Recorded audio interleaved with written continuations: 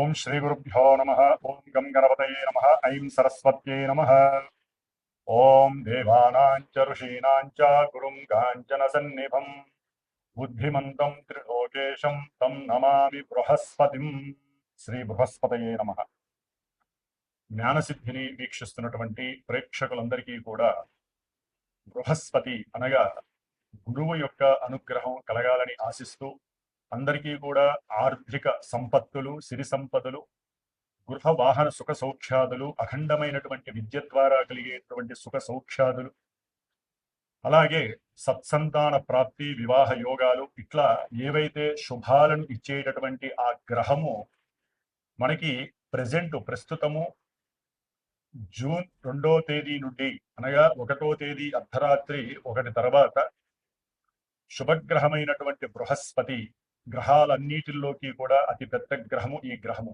మరి వీరు కర్కాటక రాశి ఉచ్చస్థాన స్థితిలో తన యొక్క సొంత నక్షత్రమైనటువంటి పునర్వసు నక్షత్రంలో ఉన్నప్పుడే ఆ రాశిలోకి ప్రవేశించి దాదాపుగా అక్టోబర్ 30వ తేదీ వరకు కూడా కర్కాటక రాశిలో 3 నక్షత్రాల ద్వారా అతని యొక్క సంచారం జరుపుతూ ఎన్నో రాశుల వారికి శుభాలని, కొన్ని రాశుల వారికి కొన్ని ఇబ్బందికరమైనటువంటి ప్రతికూలమైనటువంటి భావాలను ఆయన ప్రేరేపిస్తూ అందరికీ, ప్రపంచానికి కూడా చక్కటి భవిష్యత్తుని నిర్ణయించేటటువంటి ఆ బృహస్పతి అనుగ్రహం మనందరికీ ఉండాలని ఆశిస్తూ సింహరాశి సింహరాశి వారికి జూన్ 2వ తేదీ నుండి అక్టోబర్ 30వ తేదీ వరకు ఈ యొక్క రాశి వారికి అతి శుభగ్రహమైనటువంటి పంచమ అష్టమాధిపతి అయినటువంటి గురు మహానుభావుడు కర్కాటక రాశి 12వ రాశి అయినటువంటి కర్కాటక రాశిలో ఉచ్చస్థాన స్థితిగతుడై, మరి మహానుభావుడు ఈయన 12వ స్థానంలో ఉండి శుభుడే ఉన్నాడు కాబట్టి అత్యంత శుభకార్యాలు చేయడానికి అవకాశాలు ఉంటాయి. ఈ యొక్క శుభకార్యాలు చేయడం ద్వారా వీరికి సంతాన ప్రాప్తి కలుగుతుంది, గృహ వాహన ప్రాప్తి కలుగుతుంది, విద్యార్థులకి అయితే విద్యా ప్రాప్తి కలుగుతుంది.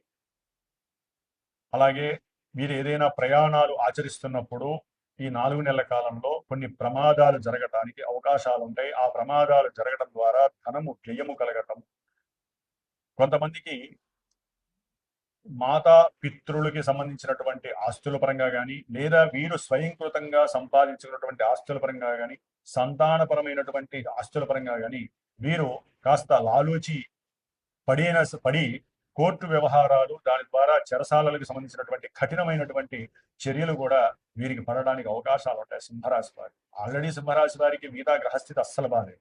దానికి తోడు శుభకరుడైనటువంటి గురుడు మరి 12వ స్థానంలో ఉండటం ద్వారా, అది ఉచ్చస్థితిలో ఉండటం ద్వారా ధన వ్యయము కొన్నిటికి శుభకరంగా ఉంటుంది. ఎలా? కొంతమందికి సంతానం కలగదు. సంతానం కలగడానికి 4వ నెల వచ్చిన స్త్రీలకి కానీ మామూలుగా వారి ఇంట్లో ఉన్నట్టుండి విచ్ఛిన్నం జరగటము, అనుకున్నది జరగకపోవటము, సంతానం కలిగినా కూడా వారు సరైనటువంటి జ్ఞానము లేకుండా పెరగటం ఉండటము, అవయవాలు పెరగకుండా ఉండటము, ఇట్లా ఎన్నో కొంతమందికి మాటలే సరిగ్గా పుట్టినా కూడా ఇట్లా ఎన్నో రకాలైనటువంటి సంతాన సమస్యలు ఎదుర్కొంటున్నటువంటి వారందరూ ఎవరో చెప్పారని, కొంతమంది గురువులు చెప్పారని, లేకపోతే వాళ్ళకంతటా వాళ్ళకే అకస్మాత్తుగా ఏదైనా దేవాలయంలో నిర్మాణాలు జరుగుతుంటే కొంచెం డొనేషన్ ఇవ్వటం, అలాగే ఏదైనా బావులు నీళ్లు అంటే కింద నుంచి భూమిలోంచి నీళ్లు పైకి వచ్చి 10 మందికి ఉపయోగపడేటటువంటి సిచ్యువేషన్స్ ఉన్నటువంటి కొన్ని మనకి దేవాలయాలు కావచ్చు, చారిటబుల్ ట్రస్టులు కావచ్చు, లేకపోతే కొన్ని ఊర్లు ఉంటాయి. ఆ ఊర్లలో సరైనటువంటి బావులు ఉండవు కాబట్టి అలాంటి చోట బావులు తవ్వించటము, వాటికి మరి ధనము ఖర్చు చేస్తారు కాబట్టి ఆ విధంగా కొన్ని శుభకరమైనటువంటి ఖర్చులు అయ్యే అవకాశం ఉంటుంది. సంతానానికి విద్యాపరంగా విదేశాలకు పంపించడానికి ధనము ఆకస్మికంగా ఖర్చు అవకాశం ఉంటుంది. వీళ్ళు తీసుకునేటటువంటి డెసిషన్స్ కూడా పిల్లల యొక్క విద్య గురించి ఒక్కోసారి ఆందోళనకరంగా మారే అవకాశం ఉంటుంది.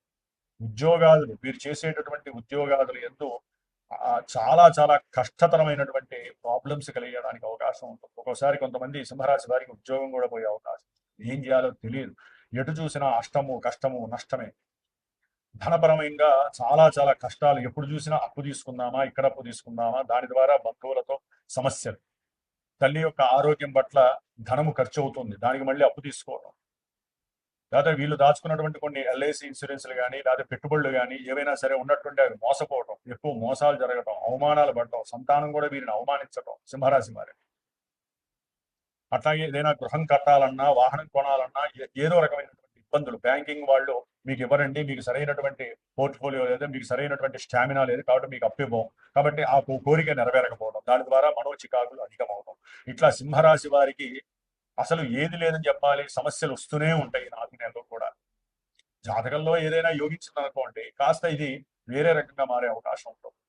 విద్యలో ఏంటి ముఖ్యంగా ఈయన ఇచ్చే విద్య, జ్ఞానము, బుద్ధి, తెలివితేటలు, లేకపోతే అఖండమైనటువంటి సిరి సంపదలు, వాహనము, సంతానము, ఇలాంటి యోగాలన్నీ కూడా దెబ్బతినేటటువంటి అవకాశం సింహరాశి వారికి కలుగుతూ ఉంటుంది. ప్రయాణాదులు ఏందైతే కనుక విపరీతమైనటువంటి ఖర్చు విపరీతంగా ఉంటుంది. ఒక్కోసారి వీరికి సంతాన పరంగా, లేకపోతే అన్నగారి పరంగా, లేదా ఫ్రెండ్స్ పరంగా, బంధువుల పరంగా ధనము విపరీతంగా ఖర్చు అవకాశం ఉంటుంది. ఏదో శుభకార్యం పెడతారు, ఒక్కోసారి బంగారం కోల్పోవటం, బంగారం దొంగతనం జరగటం, ఇంట్లో శుభకార్యం పెడతారు, ఉన్న బంగారాలు వెంటనే మిస్ అయిపోతూ ఉంటాయి. దాని ద్వారా ధనం నష్టపోవడానికి అవకాశం ఉంటుంది. జాయింట్ దారులు ఎవరైతే వ్యాపారంలో జాయింట్ గా పనిచేస్తూ ఉంటారో వారు మిమ్మల్ని అవమానం చేయటం, దాని ద్వారా మీకు లేనిపోని తలకాయ నిప్పులు రావటం, వదిలేయటం, అక్కడ కూడా ధన నష్టం కలగటం. అట్లాగే ఉద్యోగాదుల్లో స్థాన మార్పులు, బదిలీలు జరగటం, సామాన్య అవసరాలకి అంటే ఇంట్లో గృహ అవసరాలకి విపరీతమైనటువంటి ధనాన్ని అప్పు చేసేటటువంటి పరిస్థితి. కాబట్టి ఉన్న అప్పులు తిరగపోగా ఇంకా రుణబాధలు ఎక్కువై సింహరాశి వారికి గురుడు కాస్త ఒకంత ఇబ్బంది కలుగు చేస్తున్నాడు. కాబట్టి గురువుకి సంబంధించినటువంటి జపాలు చేసుకోవటము, అట్లాగే దానికి సంబంధించినటువంటి రుద్రాభిషేకాదులు చేసుకోవటము చాలా విశేషకరమైనటువంటి పరిస్థితి. దత్త చాలీస చదువుకోవడం ద్వారా కొంత ఇబ్బందులు అయితే తీరడానికి అవకాశాలు ఉంటాయి. కాబట్టి సింహరాశి వారు సంతాన ప్రయోగార్థమై గురుగ్రహ పాశుపత హోమం గాని, అభిషేకం గాని చేసుకుంటే సంతాన ప్రాప్తి కలుగుతుంది. గర్భవిచ్చిన దోషాలు తొలగిపోతాయి. అప్పులు తీరటానికి గురుగ్రహ పాశుపత రుద్రాభిషేకం ఒక్కటే మీకు మూల మార్గము. ఆయన జపం చేయించడం. కాబట్టి ఈ విధంగా ఆచరించండి. ఈ యొక్క సింహరాశి వారు చక్కగా గురువుని ఆరాధించడం ద్వారా, ఇలాంటి చిన్న చిన్న కార్యక్రమాలు చేసుకోవడం ద్వారా మీకు శుభప్రాప్తి కలుగుతుంది. మరి ఈ బృహస్పతి విశేషమైనటువంటి విద్యలని ప్రసాదిస్తాడు, ఉన్నతమైనటువంటి జ్ఞాన సిద్ధిని కలుగజేస్తాడు.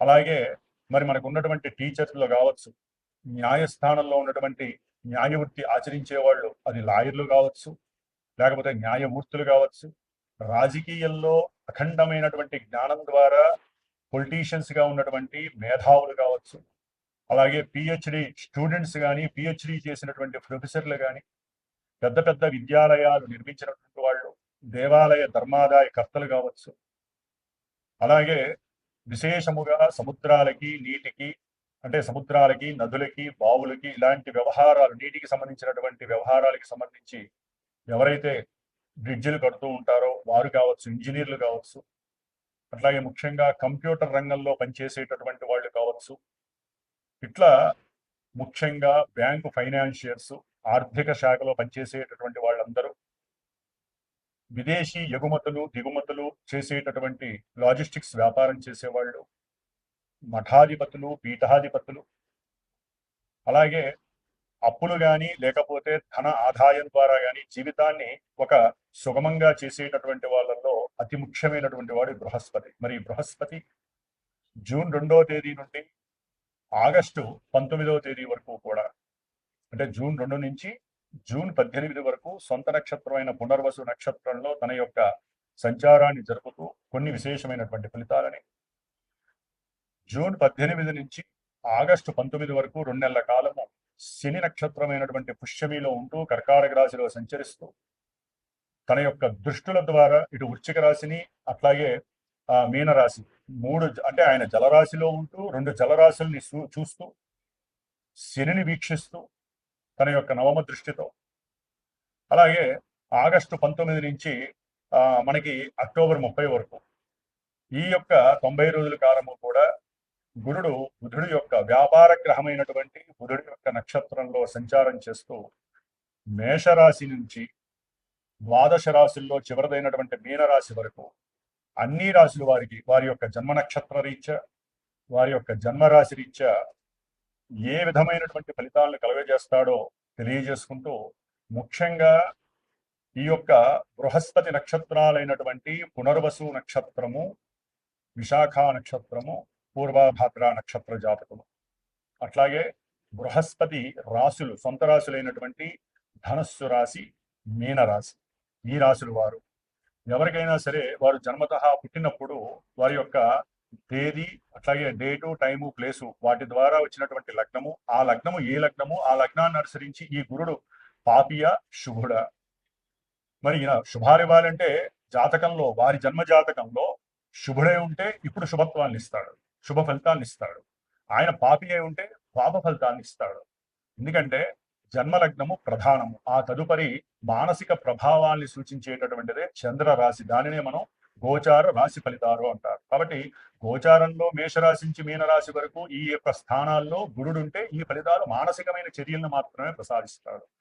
మరి వారికి వివాహాలు, చదువులు, ఉన్నతమైనటువంటి విదేశీ ఉద్యోగాలు, విదేశీ పరంగా ఉన్నతమైనటువంటి విద్యాభ్యాసం చేయాలన్నా, అలాగే భార్యాభర్తలు అనుకూలంగా ఉండాలన్నా, ఒక కుటుంబం వృద్ధి చెందాలన్నా, సిరి సంపదలు, వాహన యోగాదులు, గృహ యోగాదులు, ఉన్నతమైన గృహ నిర్మాణాలు, అట్లాగే రావాల్సిన డబ్బులుంటే రావాలన్నా, భార్యాభర్తలు అనుకూలంగా ఉండి సత్సంతానం కలగాలన్నా, ఇలా ఎన్నో శుభాలకి ముఖ్యంగా ఆర్థిక పరమైనటువంటి విషయాలన్నిటికీ కారకుడు ఎవరయ్యా అంటే శుభగ్రహమైనటువంటి గురుడు. కాబట్టి ఎవరైనా సరే ఈ యొక్క రాశుల్ని బట్టి గురుగ్రహం మాకు శుభాలను ఇస్తుంది, ఇబ్బందులు పెడుతుంది అనేటటువంటి పోకడలను మాని జస్ట్ ఇవి మానసిక చర్యలు మాత్రమే.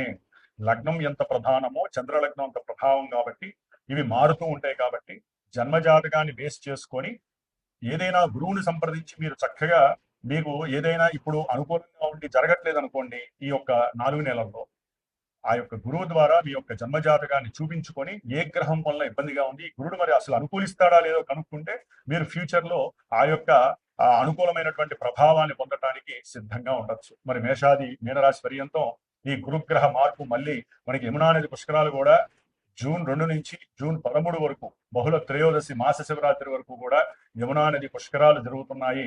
కాబట్టి గురుగ్రహ బలం కావాలన్నా, సత్సంతాన ప్రాప్తి కావాలన్నా, వివాహ యోగాలు కావాలన్నా, సిరి సంపదలతో పాటుగా అఖండ ధనాభివృద్ధి కలగాలన్నా ప్రతి ఒక్కరూ కూడా సాధ్యమైనంత వరకు దగ్గరలో ఉన్నటువంటి యమునా నది ఎక్కడైనా సరే, మనకి అది నార్త్ లో ఉందా సౌత్ లో ఉందా తర్వాత విషయం, యమునా నదిలో చక్కగా స్నానం ఆచరించి దేవతల యొక్క అనుగ్రహాన్ని పొంది, బృహస్పతి అనుగ్రహాన్ని మరీ మరీ పొంది, వారు గనక గురువుకి సంబంధించినటువంటి ఆ ఆ యొక్క దీక్షను గనక చేపట్టినట్లయితే చాలా విశేషమైనటువంటి భోగ భాగ్యాలు కలుగుతాయి. మరి మా యొక్క శ్రీమాతా జ్యోతిషాలయ పీఠంలో ఈ జూన్ 2 నుంచి దాదాపుగా అక్టోబర్ 30 వరకు కూడా విద్య గురించి, ముఖ్యంగా ధనాదాయం గురించి, వివాహంలో యోగము, సత్సంతాన యోగాదుల గురించి ఎన్నో కార్యక్రమాలు, గురుగ్రహ జపాలు జరుగుతూ ఉంటాయి. గురుగ్రహానికి సంబంధించినటువంటి పాశుపత రుద్రాభిషేకాలు జరుగుతూ ఉంటాయి, పాశుపత హోమాలు, అట్లాగే రావి వృక్ష సమిధలతో చేసేటటువంటి హోమాదులు, ఇట్లా ఎన్నో విశేషమైనటువంటి కార్యక్రమాలు ఆ యోగాల కోసం, ఎవరైతే యోగాలు పొందలేకపోతున్నారో ఆ యోగాల కోసం జరిపిస్తూ ఉంటాం. కాబట్టి ఎవరైనా సరే జాతకరీత్యా కావచ్చు, లేకపోతే ఇట్లాంటి పీఠంలో జరిగేటటువంటి పూజలు, హోమాలు, అభిషేకాలు, జపాలు, తపాలు, ఇటువంటి కార్యక్రమాల గురించి ఎవరైనా సరే తప్పకుండా ఇక్కడ సంప్రదించి వారి యొక్క భవిష్యత్తును తెలుసుకొని జీవితంలో ఎన్నో శుభాలని అందుకునేటటువంటి ప్రయత్నాలు చేయాలని ఆశిస్తూ సర్వే జనాః సుఖినో భవంతు.